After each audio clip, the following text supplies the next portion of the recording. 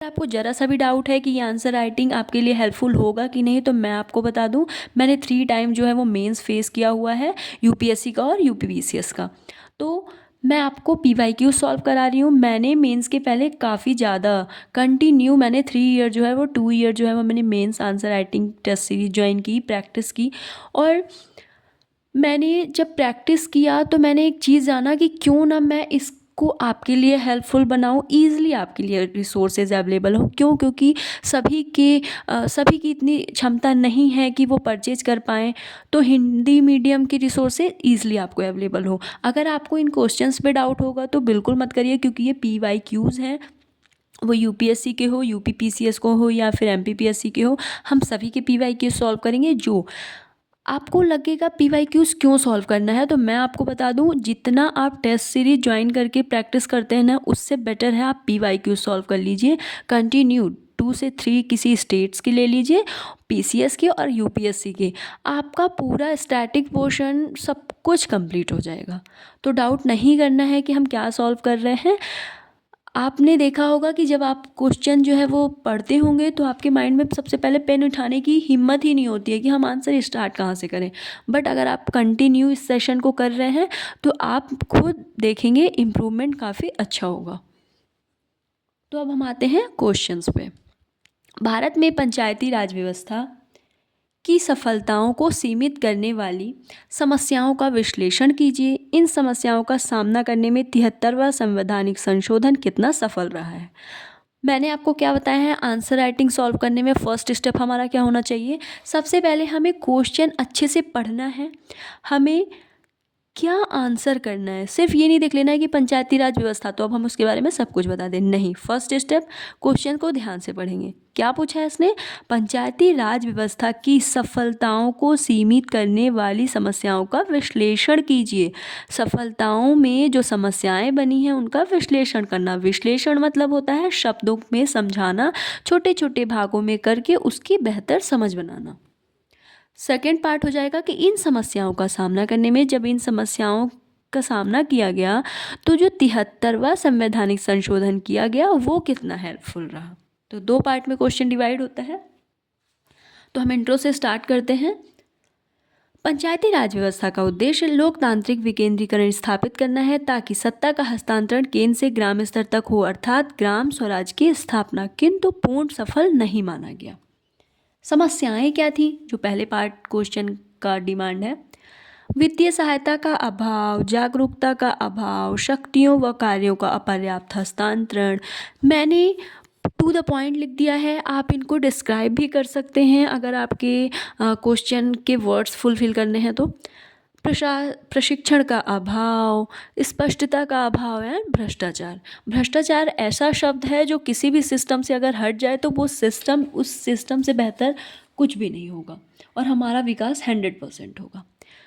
दूसरे पार्ट में है कि 73वां संविधान संशोधन ने कितना हेल्प किया, तो वो ये है, 73वां संविधान संशोधन 1992 के द्वारा पंचायती राज व्यवस्था को संवैधानिक दर्जा मिला। मतलब पंचायती राज को इसी से संवैधानिक दर्जा मिला ताकि बेहतर मार्ग प्रदर्शन प्रदान किया जा सके।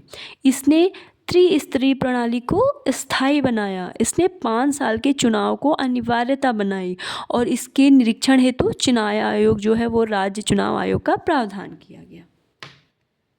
अतः प्रयास के द्वारा ही राज्य के नीति निदेशक तत्वों द्वारा संवैधानिक मान्यता मिली। आई होप कि आपको क्वेश्चन आंसर समझ में आ रहा होगा। और आपको बता दूं, कभी भी क्वेश्चन जो है हमारा आंसर जो है वो इससे बाहर नहीं होना चाहिए। इसके भी निगेटिव मार्क्स होते हैं। जो वर्ड लिमिट है उसको भी ध्यान रखना है कि उससे भी वर्ड्स ज़्यादा ना हो, ताकि निगेटिव मार्किंग ना हो सके। और ये हमारे प्रैक्टिस से ही आएगा, क्योंकि अब आप हर क्वेश्चन के एक एक वर्ड्स काउंट करने बैठेंगे। 3 घंटे हमारे पास होते हैं, 20 क्वेश्चन सॉल्व करना होता है ना, 10-10 करके, 8 नंबर के, 10 नंबर के, तो इतना टाइम नहीं होता है। क्वेश्चन का फॉर्मेट भी बनाना है आपको उसी टाइम पे, है ना। तो ये सब चीज़ें पॉसिबल नहीं है, इसलिए प्रैक्टिस इम्पॉर्टेंट है। Practice makes man perfect. विद्रोह विप्लव से क्या तात्पर्य है। व्याख्या कीजिए। यह किसी नियम, कानून, सत्ता, सरकार के खिलाफ या विरुद्ध खड़े होना है जिसमें पसंद सत्ता को चुनौती देना तथा वर्तमान सत्ता या नियमों को बदलना उद्देश्य होता है। सबसे पहले विद्रोह पूछा गया तो आपके माइंड में as a mentor, as a teacher, as a aspirant, as a student मैं बोल सकती हूँ, आपके मन में 1857 का क्रांति आएगा, 1857 का रिवॉल्ट। ठीक है। विद्रोह कोई समकालीन घटना नहीं है, क्योंकि अभी भी आपको भी पता है कि हमारे स्वतंत्रता के पहले से ये हमारा एक हथियार बनकर रहा हमारे साथ। विद्रोह कोई समकालीन घटना नहीं है बल्कि मानव इतिहास का गौरव। 1857 की क्रांति निरंतर विशेषता भी रही है, मतलब जो विद्रोह है हमारे निरंतर इतिहास के गौरव की विशेषता ही रही है। इसने न सिर्फ भारत में बल्कि पूरे विश्व को क्रांति लाया और बेहतर परिणाम दिया। विद्रोह की विशेषता बताते हैं तो एग्जाम्पल के थ्रू बताएंगे तो चीज़ें इजी हो जाएंगी आपके लिए। कॉलोनी बनने से मुक्ति, 1857 का विद्रोह जिसे प्रथम स्वतंत्रता संग्राम माना जाता है, ब्रिटिश ताज को सही एवं पैरों तले जमीन सही ब्रिटिश ताज के अगेंस्ट में सही परिणाम दिया था और पैरों तले उनके ज़मीन खिसक गई थी। मुंडा विद्रोह 19वीं सदी के अंत में जब आदिवासियों के अधिकार व सांस्कृतिक पहचान के लिए हुआ।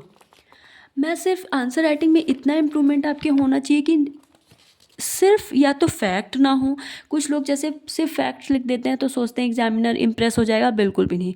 फैक्ट्स को सही तरीके से प्रेजेंट करना ही आपके मेंस आंसर राइटिंग की विशेषता होना चाहिए।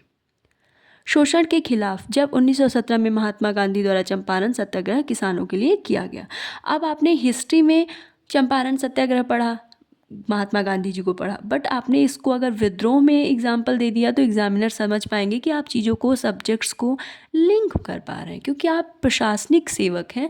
आपको सिर्फ सब्जेक्ट में एक्सपर्ट नहीं होना है, उसको अपने प्रैक्टिकल लाइफ में भी यूज़ करना है। राजशाही को उखाड़ फेंक स्वतंत्रता, समानता, बंधुत्व के विचारों को स्थापित हेतु 1789 में फ्रांसीसी क्रांति हुई थी। तो हम संक्षेप में कह सकते हैं कि संतोष की सीमा समाप्त होने के बाद, मतलब हमारी सहने की क्षमता, जितना हम टॉलरेट कर सकते हैं उस एक लिमिट के बाद जो है वो विद्रोह करने का एक नेचुरल प्रोसेस है। आप घर पे भी अगर किसी चीज़ को बहुत लाइटली ले रहे हैं तो एक सीमा तक लेंगे, उसके बाद आप विद्रोह कर देते हैं। तो संतोष की सीमा खत्म होने के बाद किया गया विद्रोह जो बेहतर परिवर्तन का परिणाम होता है। तो ये परिवर्तन जो बेहतर परिणाम देता है। किसी भी चीज़ के लिए विद्रोह करना सही नहीं है, बट अगर आपको ऐसा लगता है कि सिर्फ आपके उसके विरोध करने से आपके अधिकारों की रक्षा होती है या आपकी वजह से और लोगों की अगर हेल्प होती है तो वो चीज़ अच्छी है ना। आई होप कि सब कुछ हेल्पफुल होगा, और थोड़ा सा कमेंट करिए, शेयर करिए, ताकि मुझे भी मोटिवेशन मिले कि अगर रिसोर्सेज मैं आपको ईज़िली अवेलेबल कर पा रही हूँ तो मुझे भी अच्छा लगे कि मैं आपकी हेल्प कर पा रही हूँ, क्योंकि मैंने खुद पे करके जो है वो आंसर राइटिंग सेशंस लिए हैं, टेस्ट सीरीज़ लिया है, क्लासेस लिए हैं। लेकिन आपको अगर इतनी ईजिली अवेलेबल हो रहा है तो आई होप कि आप शेयर करके, सब्सक्राइब करके और अच्छे रिस्पॉन्स देके जो है मेरे मोटिवेशन को बढ़ा सकते हैं। Okay for today, thank you so much.